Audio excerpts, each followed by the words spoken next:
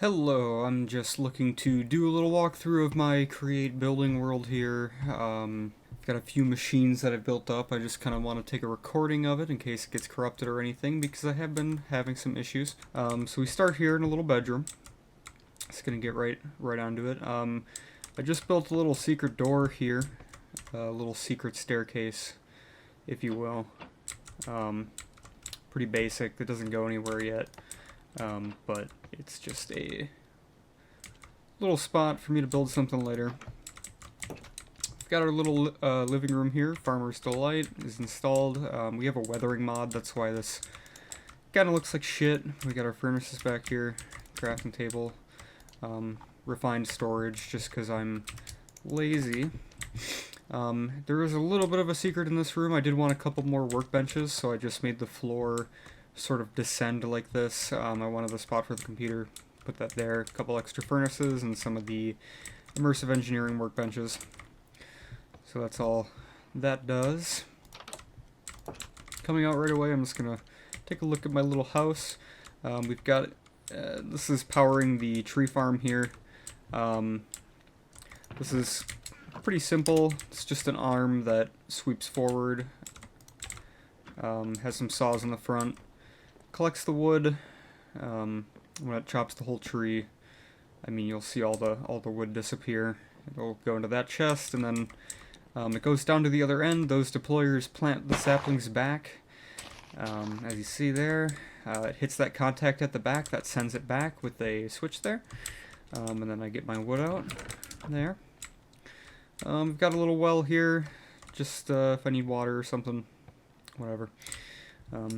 Nothing super cool. We have a little drill head here. I was kind of experimenting with ways to make this more mobile, but I'm not quite there yet, so not too worried about it. But it's just got a simple gear shift on there. I know there's a block for it, but at the time I built this, I had forgotten that. So I did it a little unconventionally. But yeah, it's already dug down to bedrock there. Gotten the goop out. A little sugar cane, you know, can't go wrong there. Got a little windmill and just controls that boom arm there, and it just, whenever it gets tall enough, it already is gonna hit it and deposits there. Here we've got our little potato farm. This is an industrial cooker, so this just cooks potatoes, basically bulk, and outputs them there.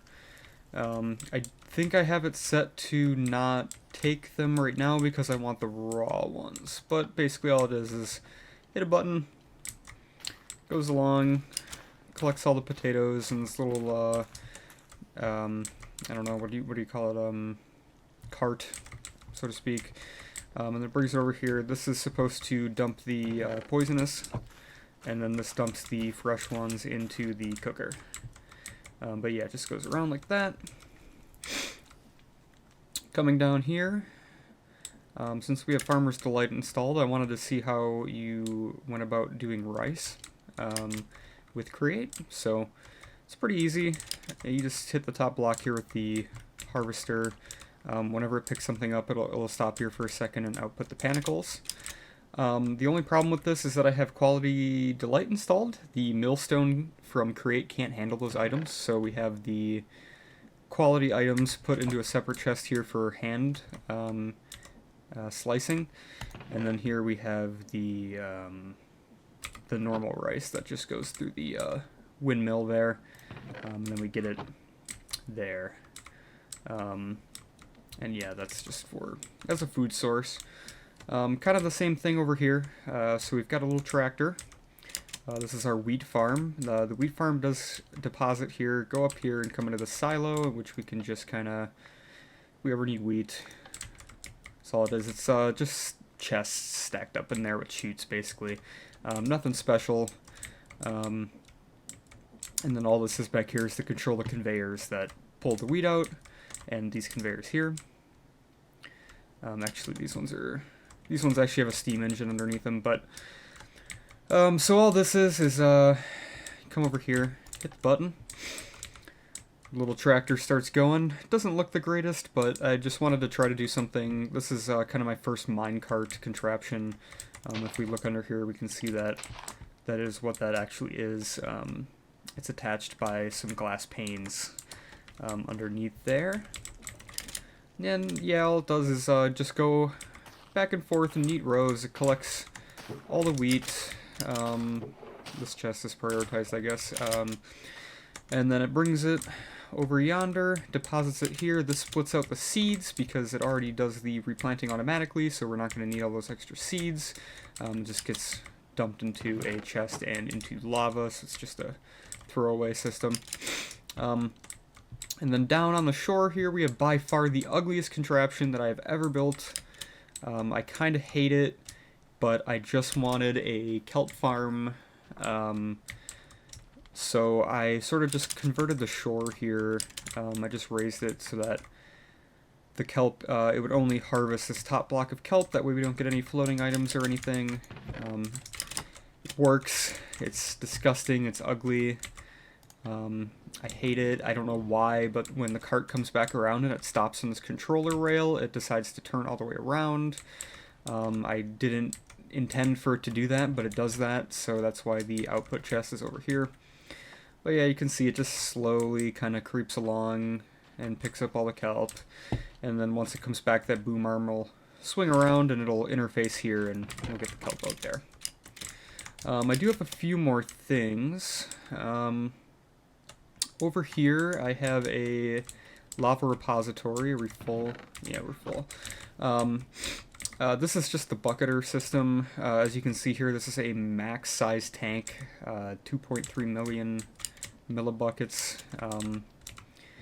I forget what that converts out to exactly, but it's something like 2,000 plus buckets of lava. And basically all it is a train here that goes into the nether to a pump system, pumps from a big old lava pool, fills up its tanks, comes back and just dumps it into our big tank here. And eventually I plan on, I suppose, hooking this up to like some sort of blaze burner or something in order to run them off of lava. But for right now, it's just kind of on its own. I do have a bit of a fascination with trains. This world is actually a little bit based on Stardew Valley. I kind of...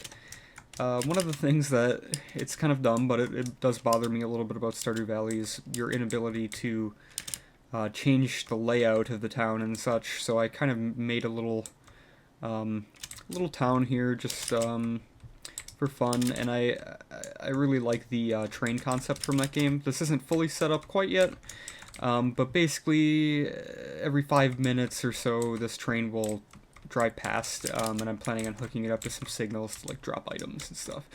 I'm not going to bother waiting for it. It can take a while. This one, however, over here we have our little bus. It just goes out to a separate spot where you can do some building and stuff. And I used these tieless train tracks from Create Steam and Rails, I believe. Just because they just look a little less like train tracks, and that's kind of what I wanted. And then I think the only other thing that I have in the world right now, oh yeah, there's that. So this here, mushroom farm, nothing special, mushroom cave. But if we come over here, this is a very poor iron farm. I just wanted to try it. It just takes cobblestone, grinds it gravel, washes the gravel, and then outputs the flint and iron nuggets down this belt into these chests here. And it's made a decent amount. It's probably been running for like an hour now. It's not great, but it's iron I don't have to mine for in the future. I do plan on kind of converting this to kind of just like a little soft roleplay kind of survival world. Again, nothing special. But come down here, we have a bit of an industrial elevator down here. Got the doors that shut and everything. This is actually using the regular create pulleys. I hadn't quite figured out that the elevator pulley existed yet by the time that I built this, but on the other end here I did end up using it. So what we have here is called the subway. It's a metro line that runs through the Nether. This is kind of the reason I'm recording the video, because this thing has been crashing my world and screwing me over. Just generally, Nether trains seem to be pretty buggy, especially if you have a AI driver, which I did have a scheduled driver on here, so that they would go back and forth about every like 10 minutes or so between the stations. So yeah, so basically you come up here, you get on, take a seat. It's very important that you take a seat, because it'll crash a lot faster if you don't, but if you do, it kind of doesn't matter, it still screws it a little bit when an AI is driving it, it seems like.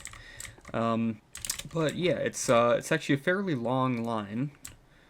So let's just see if this works out here, if I can take it down to the other set of buildings I've got.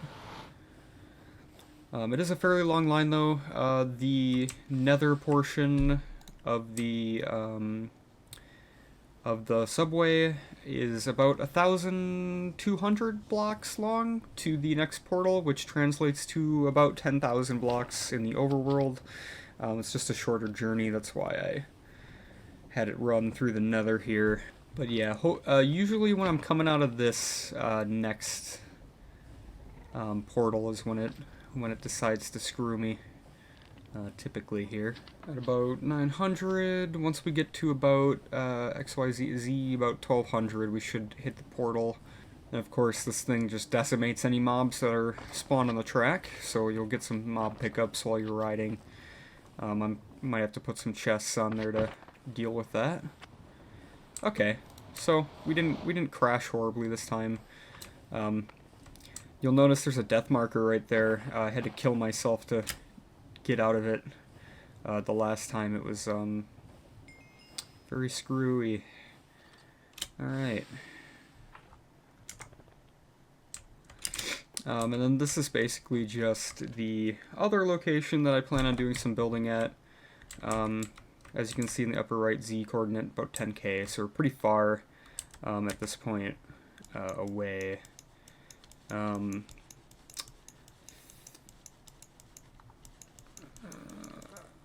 going the wrong direction,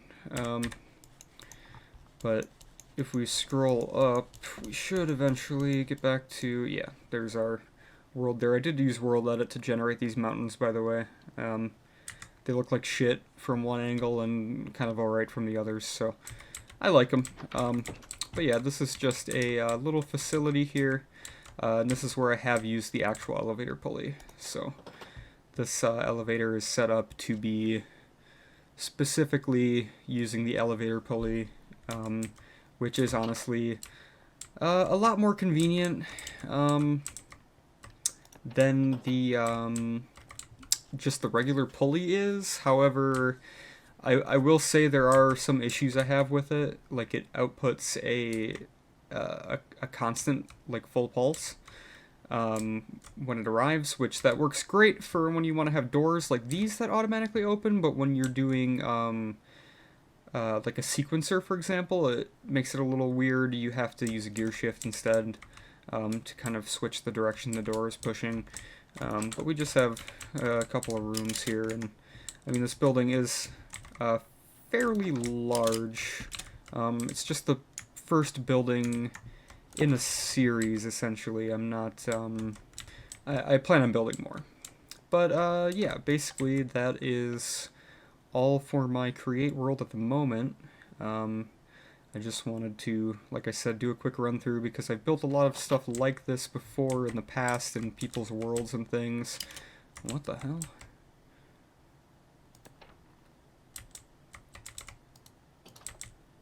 Huh, that's weird. I've never had that happen before. That's strange. Must just be a little bug or something, but not too worried about it. But yeah, I just wanted to show it off because, like I said, I've built a lot of Create contraptions and things in friends worlds and public servers and things like that, and I tend to lose my access to those things at some point for whatever reason it may be. So I'm just recording this video so that I have kind of a mental backup of what I've constructed already. So yeah, if you watched, thanks for watching, I guess. I don't know if I'm going to upload this or not. Probably not, but I might upload it, keep it unlisted. But yeah, thanks.